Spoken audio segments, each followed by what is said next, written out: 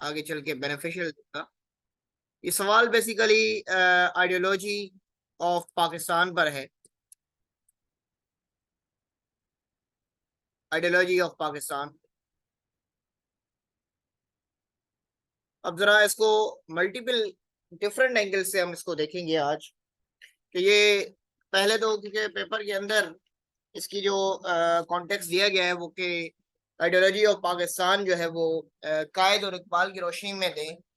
और लेकिन अब जरा इसकी, क्योंकि हम हिस्ट्री पढ़ रहे हैं, तो इसकी फाउंडेशनल कोर्स जो है, जो डेवलपमेंट थी, ये टू नेशन थ्योरी बना क्यों, आगे क्यों चला और ये किस तरह बनता रहा, इसकी जरा पर्सपेक्टिव में हमने देखना है। तो ये पहले तो development behind ideology of Pakistan, behind two nation theory.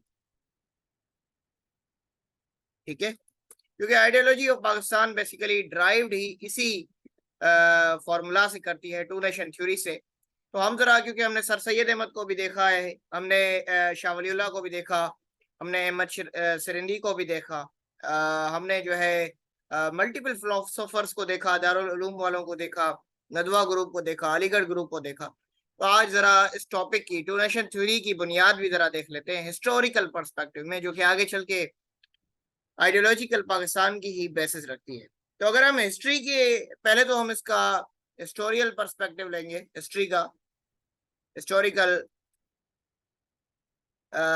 View क्या है, या पर्सपेक्टिव देख लें किस तरह डेवलप होती है। देखिए, हिस्ट्री के अंदर जो ब्रिटिश गवर्नमेंट ने जो है 1858 के अंदर जो है वो, जब जंग अज़ीरी 1857 की वार के बाद ब्रिटिश राइज हो जाती है, तो यहाँ पर जो पॉलिटिकल सिस्टम था, इकोनॉमिक सिस्टम था, वो कंप्लीटली जो है वो ईस्ट इंडिया कंपनी के अंडर होता है। और इस वक्त कमर्शियल एक्टिविटीज भी मोस्टली जो है वो ब्रिटिश राज ही इसको चला रहा होता है। तो ब्रिटिश इस वक्त क्या करती है, ब्रिटिश गवर्नमेंट दो काम करती है। पहले आप पहले नंबर 1 पर देख लें कि वो हिंदूज के साथ जो है इस बहुत अच्छे रिलेशंस बनाती है, हिंदूज के साथ गुड रिलेशंस। अब जब हिंदूज के साथ उनका बेहतरीन रिलेशन होता है, तो वो सेग्रीगेट करते हैं मुस्लिम्स को। वो समझते हैं कि ये जो जंग थी, ये जो बगावत थी, तहरीक बगावत के अंदर 57 की शुमार जो था वो सबसे ज्यादा जो है, मतलब वो मुस्लिम्स का था। तो वो हैट्रेड अगेंस्ट मुस्लिम्स का एक तनाज़े पेश करती हैं। और हम ये देखते हैं कि persecution of Muslims economically, politically और फिर एजुकेशनली, तो मुस्लिम्स का एक समझे कि जो हॉरिजॉन होता है वो लिमिटेड हो जाता है। और इस वक्त ये जो सिचुएशन होती है मुस्लिम के लिए, जो लिविंग कंडीशंस होती है इंडिया के अंदर, वो बहुत ही खराब हो चुकी होती है। तो ये जो सिचुएशन होती है ब्रिटिश का, ये जो हम इसको कहते हैं कि ब्रिटिश का जो एटीट्यूड होता है, वो एटीट्यूड बेसिकली पहला ड्राइविंग फैक्टर बनता है। पहला ड्राइविंग फैक्टर देख लें, पहला ड्राइविंग फैक्टर बनता है जो कि मुस्लिम्स को लेकर जाता है किस तरफ, मुस्लिम नेशनलिज्म। और ये मुस्लिम नेशनलिज्म हमने पढ़ा था कैसे आ रहा है, यहां से कुछ साल बाद बन रहा है दारुल उलूम देवबंद, और दूसरा क्या बना रहे हैं, अलीगढ़ स्कूल। दोनों की हालांकि डिफरेंट आइडियोलॉजीज है, लेकिन है तो मुस्लिम नेशनलिज्म को ही सपोर्ट करने के दोनों पर्सपेक्टिव। तो टू नेशन थ्योरी की बेसिस पहली हिस्टोरिकल पर्सपेक्टिव में, तो ब्रिटिश का जो एटीट्यूड था मुस्लिम्स के खिलाफ वार ऑफ इंडिपेंडेंस के बाद, वहां से ड्राइव होता है। तो पहला फैक्टर तो हो गया कि जो एडवर्सिंग और हार्श पॉलिसीज थी ब्रिटिश एम्पायर की। दूसरा एंगल देखते हैं, अनदर व्यू देख लेते हैं, क्या दूसरा एंगल था। ओके जी, दूसरा एंगल ये था कि जो मुस्लिम नेशनलिज्म की तरफ लेकर गया वो था कि जो हिंदूज की जो पॉलिसी थी ना, ये जरा बता देता हूँ। देखिए यहाँ पर अब पहले तो ब्रिटिश हिंदू और मुस्लिम्स, दूसरे हिंदूज हिंदू, और यहाँ आ गए मुस्लिम्स। अब सोसाइटी दो हिस्सों में डिवाइड है।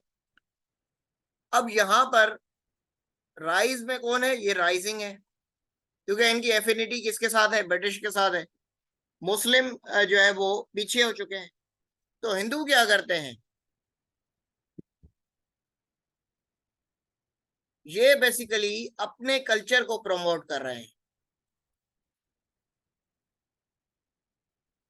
इंटरेस्ट को सिक्योर कर रहे हैं, रिलीजन को प्रमोट कर रहे हैं, और फिर पॉलिटिक्स को भी प्रमोट कर रहे हैं। तो इम्पैक्ट क्या हो रहा है? इम्पैक्ट ये हो रहा है कि मुस्लिम्स के जो इंटरेस्ट थे वो बेसिकली उनकी प्रैक्टिसेस अगेंस्ट मुस्लिम थी। ठीक है, तो मुस्लिम्स को एक अपनी एग्जिस्टेंस का थ्रेट होने लग गया। एग्जिस्टेंस, मुस्लिम को ये डगले लग गया कि अब शायद हमारा इस सब कॉन्टिनेंट में रहना हिंदू जो है मुश्किल बना देंगे।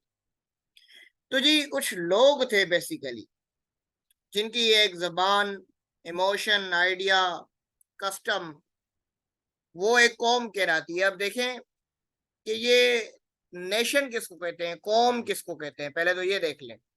दो एंगल हमें हिस्ट्री में नजर आते हैं। एक तो ब्रिटिश का राज, ब्रिटिश राज का हार्श एटीट्यूड, फिर हिंदूज का जो है वो अपनी इंटरेस्ट, और फिर अगेंस्ट मुस्लिम प्रैक्टिसेस। अब जरा कौम की जो है वो डेफिनेशन क्या होती है?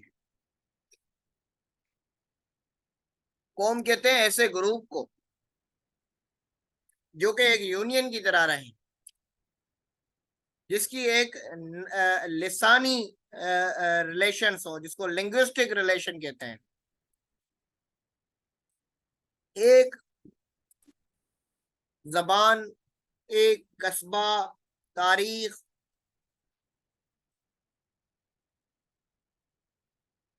ट्रेडिशंस, रस्मो जवाबित, और फिर कस्टम्स, ये एक हो, उन सब को हम कौम कहते हैं। तो अब जरा आते हैं इस टू नेशन थ्योरी की तरफ। थ्योरी, अब देखें कि जो मेन सोर्स था ना टू नेशन थ्योरी का, जो कि इस जो है इंडियन मुस्लिम्स के अंदर था, वो तो बेसिकली पहला ही रिलीजन के डिफरेंस पे था। पहला ही रिलीजन डिफरेंसेस पे था। हिंदू और मुस्लिम्स दोनों के ट्रेडिशंस अलग, दोनों के कस्टम्स अलग, आइडियोलॉजी अलग, हिस्ट्री अलग। अगर एक का कोई राजा है तो दूसरे का वो दुश्मन है। तो उन दोनों के different linguistic, religious, ideological, cultural और सोशल प्रैक्टिसेस। तो ये जो है कॉन्सेप्ट जो है पहले शाह वलीउल्लाह ने भी अपनी थ्योरी के अंदर दिया था, शेख अहमद सिरंदी ने भी इसी को बैक किया। और इसी बात हम अगर बात करें तो टू नेशन थ्योरी जो है जी, अब जरा आगे लेकर चलते हैं इसको। पहले तो रिलीजन हो गया, फिर अब जनरल बेसिस पर डिफरेंस, जनरल डिफरेंसेस।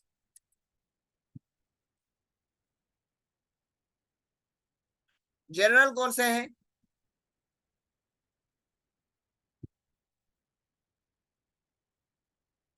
जनरल जी लैंग्वेज, वो कहते हैं कि हमारी लैंग्वेज अलग है, वो संस्कृत और हिंदी को प्रमोट कर रहे हैं, और मुस्लिम उर्दू को प्रमोट कर रहे हैं। फिर वो कहते हैं कि हमारा जो कल्चर है वो डिफरेंट है, और उनके अंदर फिर हम इनको बेसिक फंडामेंटल भी बात कर लें तो वो कहते हैं हमारा पॉलिटिकल सिस्टम भी डिफरेंट है, हमारा इकोनॉमी कॉन्सेप्ट भी डिफरेंस है, हमारा एजुकेशन का डिफरेंस है, हमारा सोशल भी डिफरेंस है। अदर देन रिलीजन ये भी डिफरेंसेस हैं जो कि मुस्लिम्स को कन्विंस करती हैं ताकि वो एक सेपरेट मुस्लिम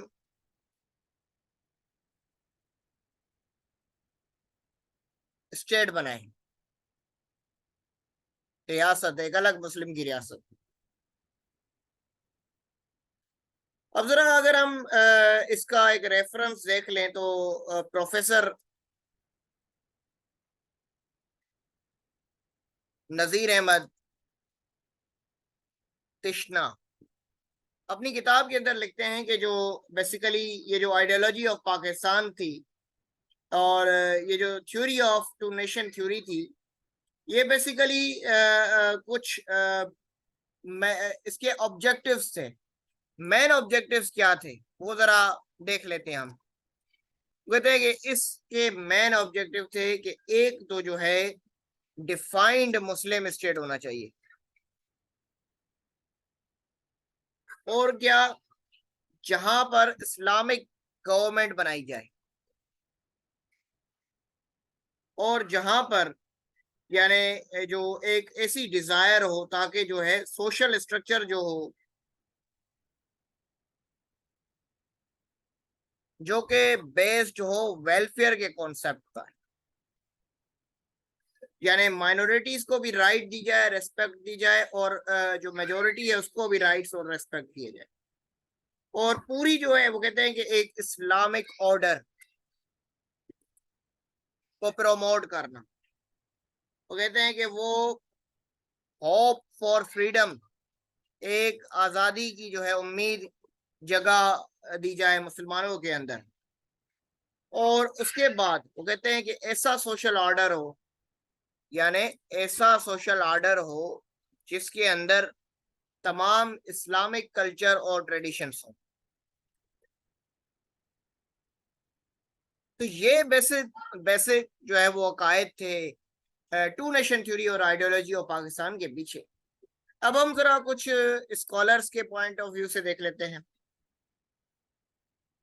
कि स्कॉलर्स ने क्या बातें कही हैं इस पर। अगर हम पहले तो बात करें कि सैयद जमाल उद्दीन अफगानी,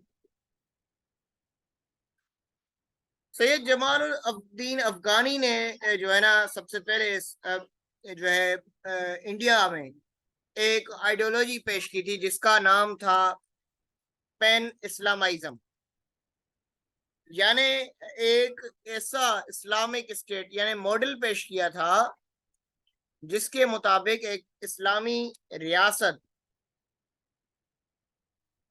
बनाई जाए इंडिया के अंदर।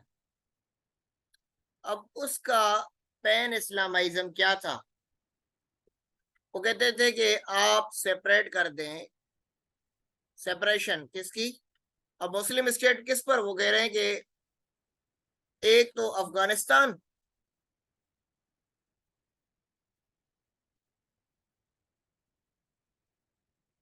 और दूसरा नॉर्दर्न इंडिया, इन दोनों को मिलाकर आप एक मुस्लिम स्टेट बना दें।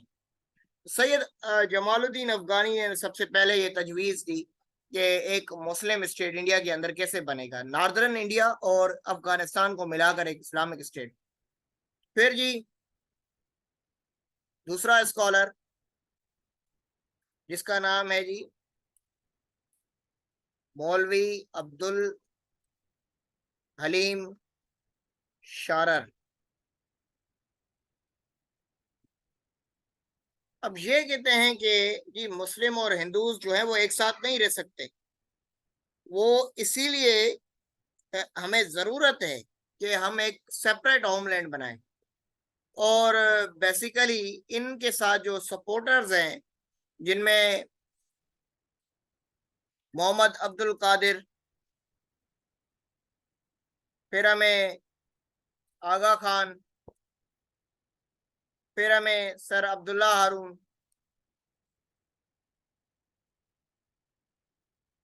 ठीक है। अब इनका पर्सपेक्टिव क्या था इनकी? अब यहां से देख लें इनकी जो बेसिकली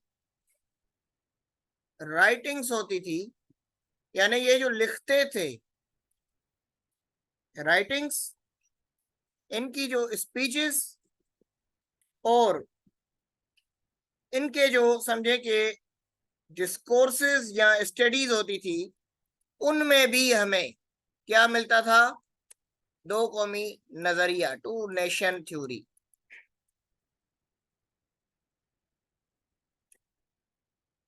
तो ये दूसरा स्कूल ऑफ थॉट तो यहाँ पर मिल जाता है हमें, जिसमें ये कौन है जी? ये स्कूल ऑफ थॉट बेसिकली जो है वो जी या तो सोशोलॉजिस्ट हैं, पॉलिटिशियंस हैं, लिटरेचर के लिखने वाले लोग हैं।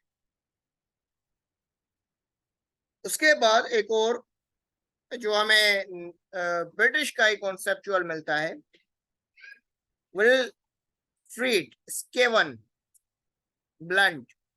इन्होंने भी एक टू नेशन थ्योरी का आइडिया दिया।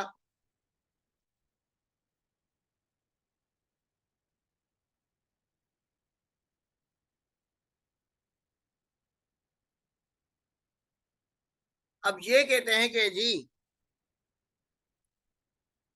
दो चीजें बननी चाहिए। एक कहते हैं प्रोविंसेस ऑफ नॉर्दर्न इंडिया,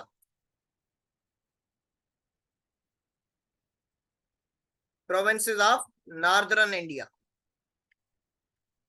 दूसरे कहते हैं जी प्रोविंसेस ऑफ साउदर्न इंडिया। अब ये कहते हैं कि अब हमें क्या करना चाहिए, इन दोनों एरियाज में इस नॉर्दर्न इंडिया को बना दो मुस्लिम स्टेट। जो नॉर्दर्न इंडिया हो गया वो क्या बन जाएगा? मुस्लिम का एक स्टेट। जो साउदर्न इंडिया है इसको बना दो हिंदू स्टेट। तो देखें, दो कौमी नजरिया सिर्फ हमें इकबाल कायद और ये जो है सर सैयद अहमद खान या फिर शाह वलीउल्लाह इनके कॉन्सेप्ट में नहीं मिलता। ये तो एक बड़ी डाइवर्स रिसर्च बेस्ड चीज है, दो कौमी नजरिया। मल्टीपल ऑथर्स ने, मल्टीपल स्कॉलर्स ने, मल्टीपल फिलोसोफर्स ने, मल्टीपल पॉलिटिशियंस ने, लीडर्स ने डिफरेंट आइडियाज दिए हैं, लेकिन आपको अकेडमीज में सिर्फ एक तरह से पढ़ाया जाता है कि दो कौमी नजरिया तो भाई ये है नहीं। बेसिक रिसर्च कंप्लीट होनी चाहिए, फिर आप जो है आगे पढ़ेंगे। उसके बाद अब देखें, अब जब आप कहेगा ना, आपके सवाल आता है कि भाई development of two nation theory in South Asia, या जो है contribution of scholars in two nation theory, तो आप जब इस मल्टीपल कॉन्सेप्ट को लिखेंगे कि भाई टू नेशन थ्योरी सिर्फ इकबाल या कायद या सर सैयद अहमद का थॉट नहीं था, बल्कि बाकी स्कॉलर्स ने तो इवन जो है वो एक मॉड्यूल बना कर दिया कि पाकिस्तान ये होना चाहिए, ये इंडिया होना चाहिए। आगे तो पाकिस्तान मूवमेंट सिर्फ एक दिखाई देती है, हालांकि पाकिस्तान मूवमेंट का आगाज तो जमालुद्दीन अफगानी के वो स्टेट मॉडल से हो गया था जब उन्होंने पैन इस्लामाइजेशन को प्रमोट किया था। सिमिलरली हमने जो है जब हमने सैयद अहमद शहीद को पढ़ा, तो उन्होंने भी अपने एक कॉन्सेप्ट के अंदर जो है वो एक इस्लामिक स्टेट की बात की थी इन नॉर्दर्न प्रोविंसेस की। उन्होंने भी अपनी जब जिहाद मूवमेंट लॉन्च की तो वहां पे भी उन्होंने इस बात को सपोर्ट किया। फिर आगे आ जाते हैं, अब आते हैं सर सैयद अहमद खान को जी। अब सर सैयद अहमद खान क्या कहते हैं? अब ये सर सैयद अहमद खान, पहले तो जी मैंने बता दिया था कि ये इनकी लाइफ दो फेजेस पर चल रही है, इवन टू सम एक्सटेंट तीन फेजेस पर है, लेकिन हम इसको टू नेशन थ्योरी में दो फेजेस पर ले आते हैं। एक फेज तो यूनाइटेड इंडिया का है, एक फेज तो मैंने आपको पढ़ाया भी था कि मुस्लिम स्टेट का है। दो फेज है, यानी इन दोनों के बीच में सबसे बड़ा ये थॉट चेंज कर होता है सर सैयद अहमद खान का। ये थॉट चेंज होता है हिंदी उर्दू कंट्रोवर्सी के बाद, यानी 1867। यानी लेट 1860s में आप बात कर लें, यहां से इनका थॉट जो है डिफरेंट हो जाता है। तो वो कहते हैं कि भाई रिलीजियस बैकग्राउंड्स पर, लिंग्विस्टिक बैकग्राउंड्स पर, ठीक है, कल्चरल सोशल आइडियोलॉजिकल बैकग्राउंड्स पर डिफरेंट जो है, हम एक अलग कौम है, हमारी डिफरेंट लाइफ के पर्सपेक्टिव्स है, हमारी जो ऑर्गेनाइजेशन है, ये नेशनल कॉन्शियसनेस है, ये हमारे अंदर एक दूसरी आइडियोलॉजी को डेवलप देता है। तो यही आइडियोलॉजी जो थी मुस्लिम्स की आइडियोलॉजी ही, तो आगे चल के पाकिस्तान आइडियोलॉजी बनती है। सर सैयद अहमद खान के भी डिफरेंट पर्सपेक्टिव, पहले यूनाइटेड इंडिया की बात करते हैं, लेकिन बाद में वो डेवलप्ड होते हैं जो है। अच्छा जी, इसके बाद आते हैं इकबाल की कंट्रीब्यूशन। जस्ट एक सेकंड दीजिएगा।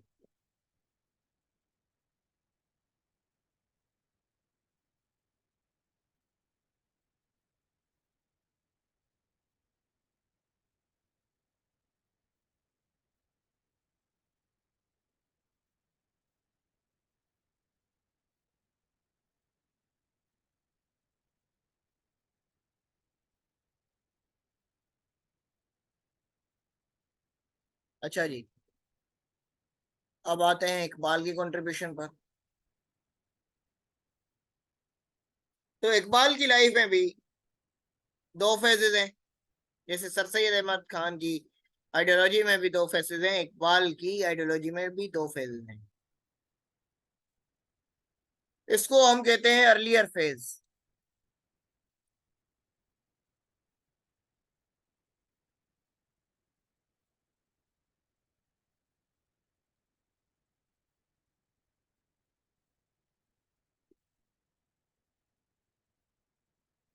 1905 का फेज, ये है जी लेटर फेजेस। यानी 1905 से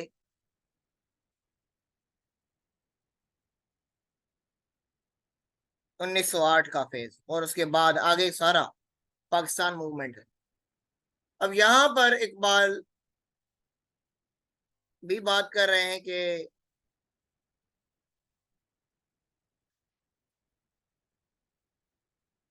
इंडिपेंडेंस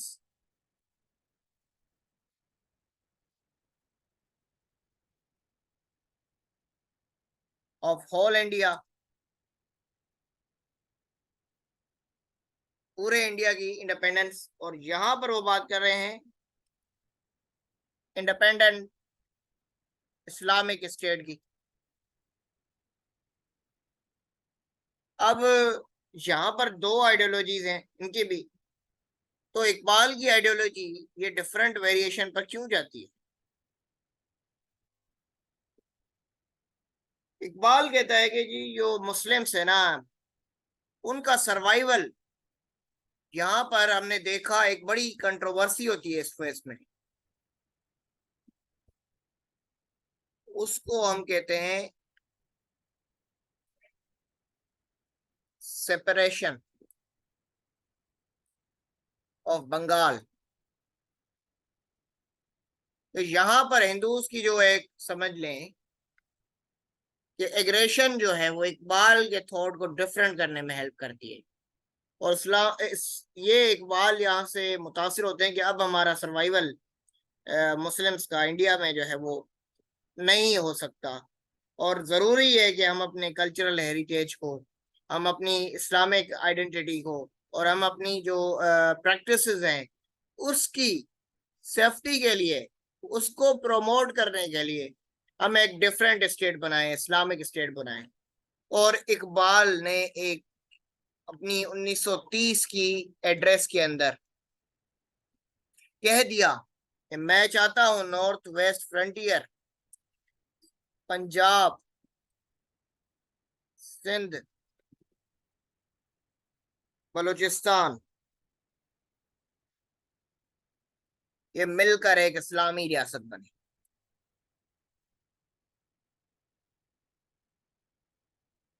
ये मिलकर एक इस्लामिक स्टेट बने।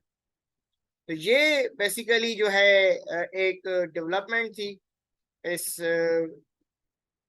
इंडो पाक हिस्ट्री में, जहां से हमें जो है टू नेशन थ्योरीज को देखने को मिला।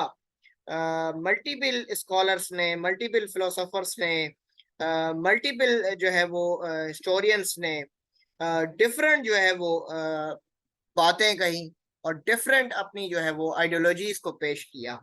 और उस वक्त जो है मतलब अगर हम बात करें कि सबसे बेस्ट मॉडल जो था वो बाद में लेटर फेजेस में इकबाल ने दिया।